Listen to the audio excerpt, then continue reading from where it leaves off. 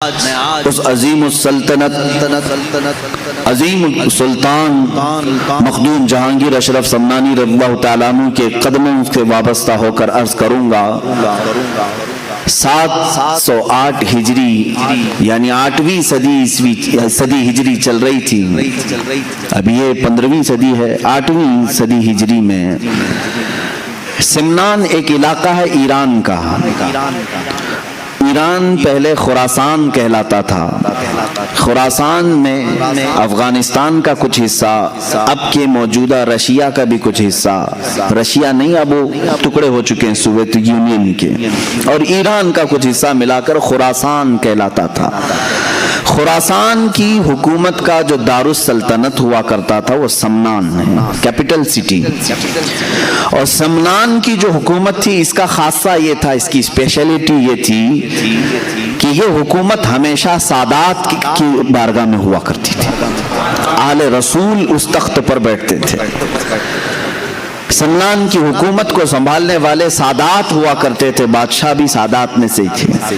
حضرت سیدنا ابراہیم نور بخشی رضی اللہ تعالیٰ عنہ جو مخدوم اشرف سمنانی رضی اللہ تعالیٰ عنہ کے والد ہیں, یہ سلطنت پر بیٹھے ہوئے کافی عرصہ گزار چکے تھے. ان کے گھر میں 3 بچیاں تھیں, 3 لڑکیاں تھیں, لیکن فرزند نہیں تھا, کوئی نرینہ ولد بیٹا نہیں تھا. تو کبھی کبھار مایوس رہتے تھے کہ کیا یہاں سے یہ سلطنت کا نظام جو سادات کے گھر میں چل رہا ہے ختم ہو جائے گا. آپ کی جو زوجہ محترمہ تھیں حضرت خدیجہ رضی اللہ تعالیٰ عنہ, وہ ایک ایسی پرہیزگار خاتون تھیں کہ ان کی زندگی میں تہجد قضا نہیں ہوئی. حضرت ابراہیم کی زوجہ حضرت خدیجہ, ان کو رابعہ ثانیہ کہا جاتا تھا. اپنے زمانے کی یہ دوسری رابعہ ہے. یہ بھی ملول رہتی تھی, غمگین رہتی تھی. 3 لڑکیاں ہونے کے بعد تقریباً 8 سال کا عرصہ گزر چکا تھا. رات کو تہجد کے وقت اٹھیں اور بارگاہ صمد میں رب ذوالجلال کی بارگاہ میں روتے روتے پھوٹ کر رونے لگ گئیں.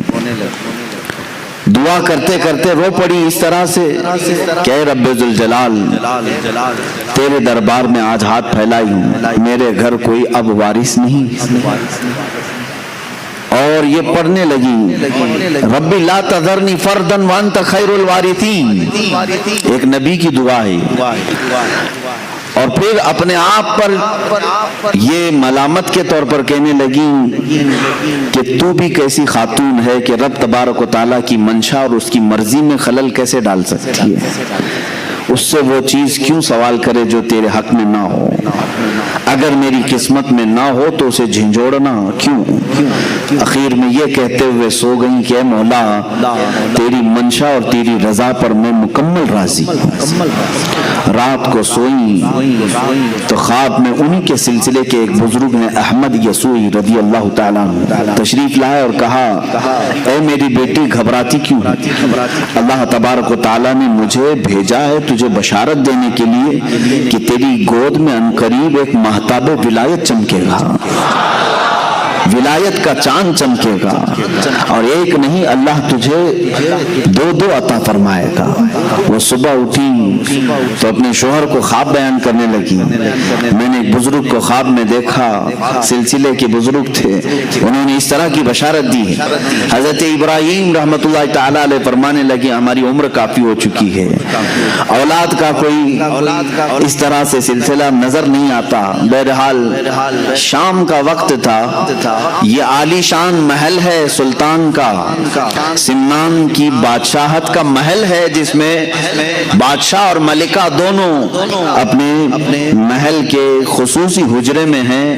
اچانک دیکھا حجرے کے کمرے کے باہر ایک مجذوب بزرگ, ان کا نام بھی ابراہیم تھا, وہ تشریف لائے ہیں. انہیں سارا علاقہ جانتا تھا یہ مجذوب ولی ہیں, یہ پل میں ادھر ہوتے ہیں پل میں ادھر ہوتے ہیں, کہیں غائب ہو جاتے ہیں. آپ نے اچانک حضرت ابراہیم کو دیکھا تو سلطان ابراہیم چونک گئے. کہا میرے محل میں آنے کے لیے سپاہی پہرے دار ہوتے ہیں, وزیر کھڑے ہوتے ہیں, آپ تشریف لائے. سپاہیوں کی جیسی نظر مجذوب بزرگ پر پڑی تو وہ کپ کپانے لگے کہ سارے دروازے بند ہیں, ساری فصیلوں پر پہرے دار ہیں, ہمیں کسی کو نہیں معلوم کہ یہ آئے کہاں سے. حضرت ابراہیم مجذوب نے کہا یہ سب چھوڑو, کہاں سے آئے ہیں؟ ان سے پوچھا ہے ابراہیم تو اپنی بیوی کے ساتھ اس بات کا غم منا رہا ہے کہ تجھے کوئی بیٹا نہیں ہے, تجھے کوئی بیٹا نہیں ہے. یہ مجذوبوں کی بات تو سنیں. کہتے ہیں کیا میرے ساتھ ایک سودا کرے گا؟ محل کے اندر موجود حضرت سلطان ابراہیم ان کی بڑی تعظیم کرتے تھے. کہا بابا آپ تشریف لائیں. کرسی پر, اپنی کرسی پر بٹھایا. کہا آپ کیا سودا کرنا چاہیں گے؟ اس وقت جو سکے چلتے تھے سونے کے سکے, اس کو اشرفی کہا جاتا ہے. اشرفیاں سنے ہوں گے آپ, سونے کی اشرفیاں. کہا مجھے 1000 اشرفیاں دے دے اور ایک اشرف لے لے. اس مجذوب بزرگ نے کیا کہا؟ مجھے 1000 اشرفیاں دے دے, بدلے میں ایک اشرف لے لے. انہوں نے فوراً تھیلا پیش کر دیا. کہا کہ حضور قبول فرما لیں. وہ لیے اور غائب ہو گئے, اس محل سے غائب ہو گئے. مجذوبوں کی کیفیات ایسی ہی ہوا کرتی ہیں, وہ حالت جذب میں آتے ہیں, کبھی کسی سے عام گفتگو کرتے ہیں, کبھی کسی سے معرفت کے بہت الگ انداز کی باتیں کرتے ہیں. غائب ہوئے چند دنوں کے بعد حضرت ابراہیم رحمت اللہ تعالیٰ علیہ کے گھر میں ولادت کے آثار نظر آئے. ان کی اہلیہ محترمہ حملہ ہوئی اور اس کے بعد جو بشارتوں کا سلسلہ ہوا سنیے. جب ان کے گھر میں 7 مہینے کا حمل یا 6 مہینے کا حمل تھا, یہی ابراہیم مجذوب رحمۃ اللہ تعالیٰ علیہ پورے سمنان میں گلی میں ڈھنڈورا پیٹتے ہوئے اعلان کرتے تھے, باخبر ہوشیار ملاحظہ ہو, باخبر ہوشیار ملاحظہ ہو. سارے لوگوں کو رات میں یہ جگاتے تھے اس طرح سے ڈھنڈورچی بن کر کے. سارے لوگ کان لگا کر کے سنتے تھے کہ بابا کس چیز کا اعلان کر رہے ہیں. جب اس طرح کے اعلانات ہوتے تو بادشاہ کی طرف سے ہوتے تھے. ابراہیم مجذوب رحمۃ اللہ تعالیٰ علیہ ڈھنڈورا پیٹ کر اعلان کرنے لگے, سارے اپنی اپنی مسندوں سے اتر جائیں اس لیے کہ امام کے آنے کا وقت ہو چکا ہے. سارے اپنے اپنے کرسیوں سے اتر جائیں کہ اللہ رب العزت کی طرف سے مہتاب ولایت کے آنے کا وقت ہے. 3 مہینے پہلے وہ اس طرح کا اعلان کرتے رہے. 3 مہینے کے بعد لوگوں نے دیکھا حضرت سید ابراہیم رحمت اللہ تعالیٰ علیہ کے گھر بیٹے کی ولادت ہوئی, اور خواب میں جو ان کے بزرگوں نے بشارت دی تھی اس بشارت کے اعتبار سے آپ کا نام اشرف رکھا گیا. یہی مخدوم اشرف سمنانی رضی اللہ تعالیٰ عنہ کی ولادت پاک کا میں نے تذکرہ کیا ہے. بڑی بشارتوں کے ساتھ آپ دنیا میں تشریف لائے ہیں. آپ کا نام اشرف تھا, صرف اشرف. اور اس جگہ انہوں نے آنکھیں کھولی ہیں جہاں ماں کو ہمیشہ تلاوت قرآن کرتے دیکھا, باپ کو محراب عبادت میں دیکھا. جب آپ 4 سال کے قریب کے ہوئے, آپ کو حضرت عماد الدین تبریزی رحمت اللہ تعالیٰ علیہ بڑے وقت کے عالم دین تھے, ان کی بارگاہ میں تعلیم کے لیے رکھا گیا. وہ تعلیق مقرر ہوئے بادشاہ کے صاحبزادے کی تعلیم کے لیے. 4 سال 4 مہینے 4 دن میں یہ قرآن پاک جو شروع کرتے ہیں 1 سال میں مکمل حافظ قرآن بن چکے تھے. 5.5 سال کی عمر ہو رہی تھی جب حضرت مخدوم اشرف سمنانی رضی اللہ تعالیٰ عنہ حافظ قرآن ہو چکے تھے. 7 سال کی عمر تھی اس وقت. پوری دنیا میں جو مشہور قراتیں ہیں 7 قراتوں سے قرآن پڑھا جاتا ہے جس کو قرات سبا کہتے ہیں. عام لوگ اب وہ سمجھ بھی نہیں پائیں گے کہ قرات سبا ہے کیا چیز, اس لیے کہ یہ علم اٹھتا جا رہا ہے. 7 قراتوں کے جاننے والے اب علماء بھی کم ہو گئے ہیں. یعنی قرآن 7 طریقوں پر نازل ہوا ہے. 7 قراء امام ہیں قرآن کے اور ان کے راوی ہیں پوری دنیا میں. ہم جو قرات آج پڑھ رہے ہیں ہندوستان میں یہ قرات امام عاصم کوفی رضی اللہ تعالیٰ عنہ کی ہے. ہمارے امام قرأت میں کون ہے؟ امام عاصم کوفی ہیں. ان سے روایت کیا ہے ان کے شاگرد نے حضرت امام حفص رحمۃ اللہ تعالیٰ علیہ. جو آج ہم قرأت پڑھ رہے ہیں قرآن کو، الحمدللہ رب العالمین الرحمن الرحیم مالک یوم الدین، یہ جو طریقہ ہے یہ قرأت امام عاصم کوفی کا ہے. اس طرح 7 امام ہیں قرآن پاک کی قرأت کے. اس کو عام آدمی نہیں سمجھ سکے گا، اسے مکمل عالم دین بننا ہوگا. لغت عربی کی جانکاری پوری حاصل کرنی ہوگی، گرامر پورے سیکھنے پڑیں گے.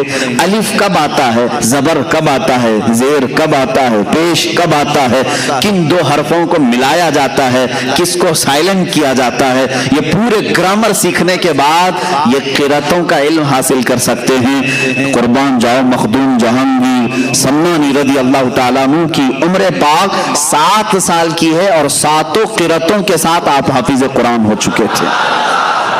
حافظ قرآن ہو چکے تھے.